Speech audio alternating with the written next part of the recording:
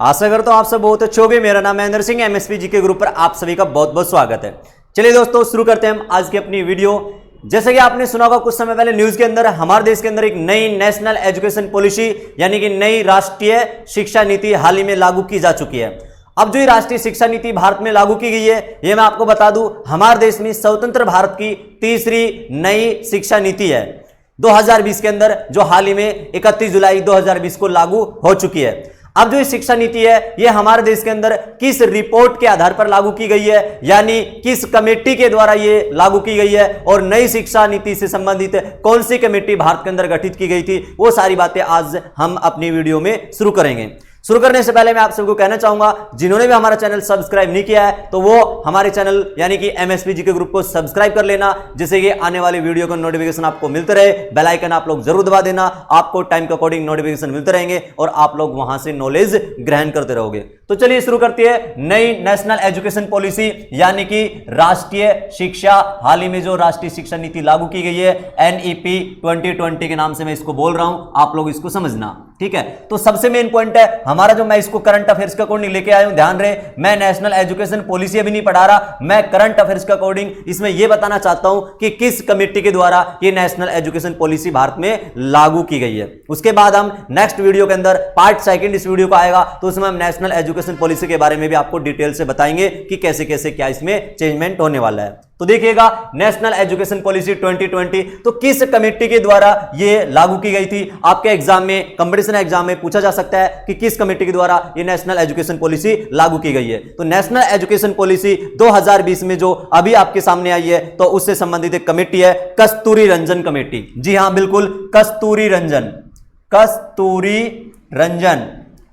Ranjan committee. जैसे कि आप लोग देख रहे होंगे, कस्तूरी रंजन जो कमेटी है, ये एक साइंटिस्ट के नाम पर है, एक व्यक्ति के नाम पर है हमारे देश में, कस्तूरी रंजन कमेटी। और जो कस्तूरी रंजन कमेटी है ना, इसके अध्यक्ष हुआ करते थे कृष्ण स्वामी कस्तूरी रंजन। जी बिल्कुल, कृष्ण स्वामी कस्तूरी रंजन बोल रहा हूं, क्या हूं मैं आपको, कृष्ण स्वामी कस्तूरी रंजन। ये हमारे देश के अंदर एक साइंटिस्ट है, कृष्ण स्वामी कस्तूरी रंजन। और कृष्ण स्वामी कस्तूरी रंजन की अध्यक्षता में ये कमेटी बनी थी नेशनल एजुकेशन पॉलिसी के लिए। और इस कमेटी के जो मुखिया है वो कस्तूरी रंजन यानी कि कृष्ण स्वामी कस्तूरी रंजन जी है, जो कि आप लोगों को स्क्रीन पर दिखाई दे रहा होगा। तो कस्तूरी रंजन की अध्यक्षता में यह कमेटी गठित की गई थी। गठन इस कमेटी का, ध्यान रहे, 2017 में, मैं आपको बता रहा हूं, इस कमेटी का जो गठन है ना, वो 2017 में किया गया था। कस्तूरी रंजन कमेटी का गठन 2017 में किया गया था। और इस कमेटी ने अपनी जो रिपोर्ट है वो 31 मई सन 2019 को इस कमेटी ने अपनी रिपोर्ट पेश की थी। 31 मई 2019 को, समझना आप लोग अच्छे से, 31 मई 2019 को इस कस्तूरी रंजन कमेटी ने अपनी रिपोर्ट पेश की थी। और इसी की रिपोर्ट के आधार पर हमारे देश में हाल ही में 31 जुलाई 2020 को नई शिक्षा नीति लागू हो चुकी है। समझ रहे होगे। तो कृष्ण स्वामी कस्तूरी रंजन जी के नाम पर यह कमेटी है, कस्तूरी रंजन कमेटी। अब ये कस्तूरी रंजन कमेटी का गठन की बात करें तो ध्यान रहे, 2017 में इस कमेटी का गठन हो चुका था। और इस कमेटी ने अपनी जो रिपोर्ट है वो 31 मई यानी कि 2019 में, 31 मई 2019 को रिपोर्ट पेश की थी। और इसी रिपोर्ट के आधार पर अभी हाल ही में कुछ समय पहले आपने देखा होगा, जुलाई 2020 के अंदर ये भारत में लागू हो चुकी है। एनईपी, आजाद भारत की, स्वतंत्र भारत की तीसरी शिक्षा नीति है। समझ रहे होगे।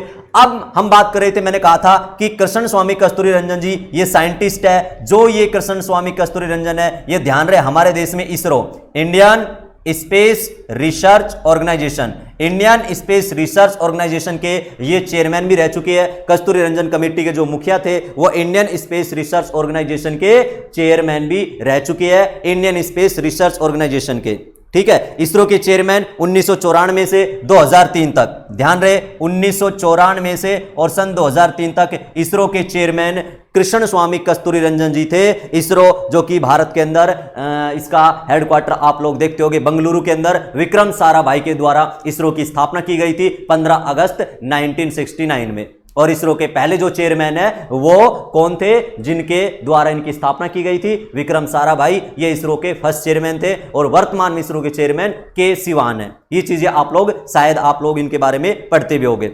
बट अभी मैं क्या बात कर रहा हूं, जो कमेटी भारत में एनईपी नेशनल एजुकेशन पॉलिसी के लिए जो कमेटी गठित की गई थी, उस कमेटी के जो मेन मुखिया है ना, वो भी हमारे देश में इसरो के चेयरमैन रह चुके हैं। 1994 से 2003 तक लगभग इन्होंने इसमें 7 साल, लगभग 7-8 साल इन्होंने इसमें काम किया है, इसरो के चेयरमैन के पद पर इन्होंने काम किया है। तो ये इसरो के चेयरमैन यानी कि भारत के अंदर एक साइंटिस्ट है, कृष्ण स्वामी कस्तूरी रंजन।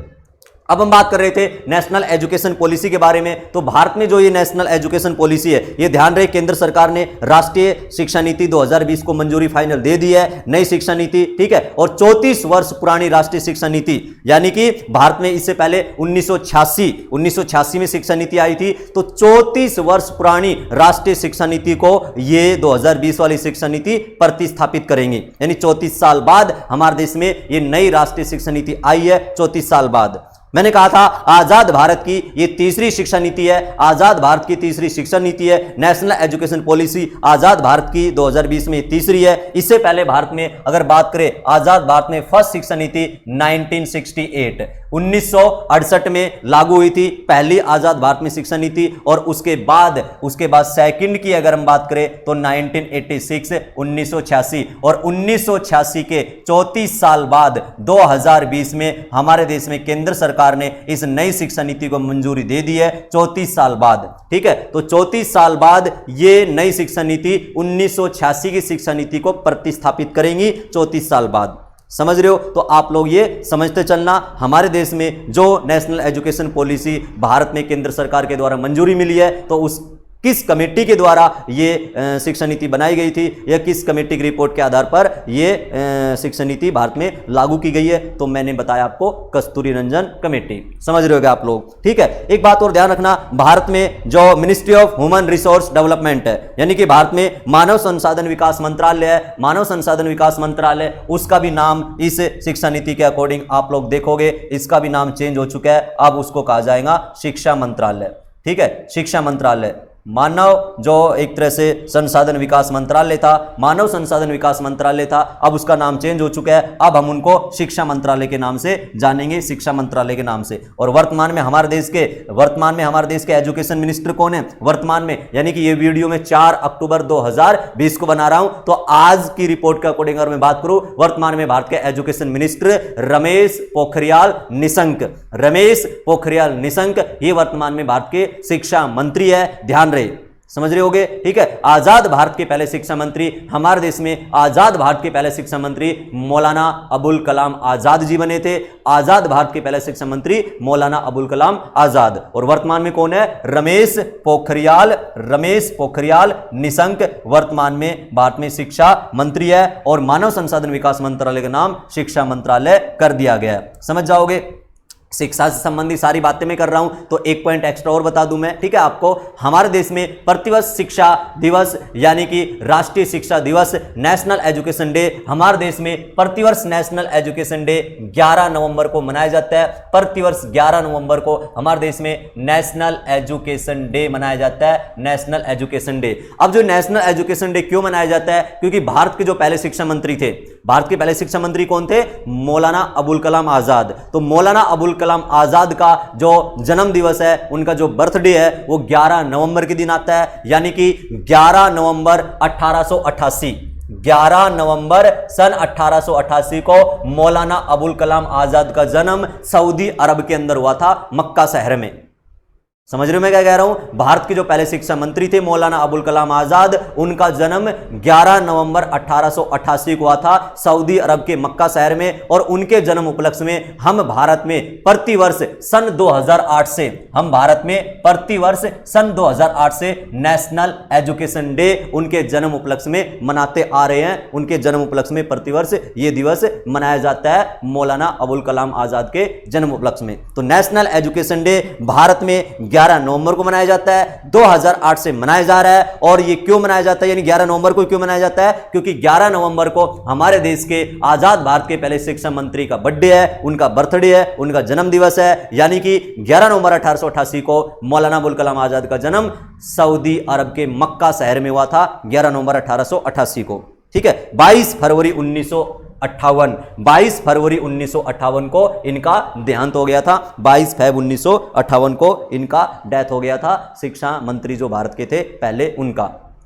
ठीक है, हमारे देश में मौलाना अबुल कलाम आजाद की भी काफी क्वेश्चन है। तो आपने सुना होगा कांग्रेस के सबसे कम उम्र अध्यक्ष, कांग्रेस के सबसे कम उम्र में अध्यक्ष बनने वाले लीडर कौन थे? तो मौलाना अबुल कलाम आजाद ही थे। 35 साल की उम्र में 1923 के अंदर ये कांग्रेस के अध्यक्ष भी बने थे। मैं आपको इतिहास में मौलाना अबुल कलाम आजाद के डाटा भी आपको बताऊंगा, उनके भी क्वेश्चन हम लोग वहां पे पढ़ेंगे। लेकिन अभी मेरा यहां पर इस वीडियो के अंदर आपको यह बताना था कि जो भारत में नई नेशनल एजुकेशन पॉलिसी, राष्ट्रीय शिक्षा नीति आई है, वो किस कमेटी की रिपोर्ट के आधार पर केंद्र सरकार के द्वारा लागू की गई है, यानी केंद्र सरकार के द्वारा उसको मंजूरी दी गई है। तो कस्तूरी रंजन कमेटी, और कस्तूरी रंजन कमेटी के बारे में आप लोग समझ रहे हो, गठन 2017 में किया गया था और इन्होंने रिपोर्ट 31 मई 2019 को पेश की थी और उसी रिपोर्ट के आधार पर केंद्र सरकार 31 जुलाई 2019 को यह शिक्षा नई नीति लागू कर देती है, यानी कि आजाद भारत की तीसरी नई शिक्षा नीति। तो आशा करता हूं ये वीडियो आपको पसंद आई होगी। अगर आपको ये वीडियो पसंद आई है तो आप लोग लाइक करना, शेयर करना, ज्यादा से ज्यादा शेयर करना।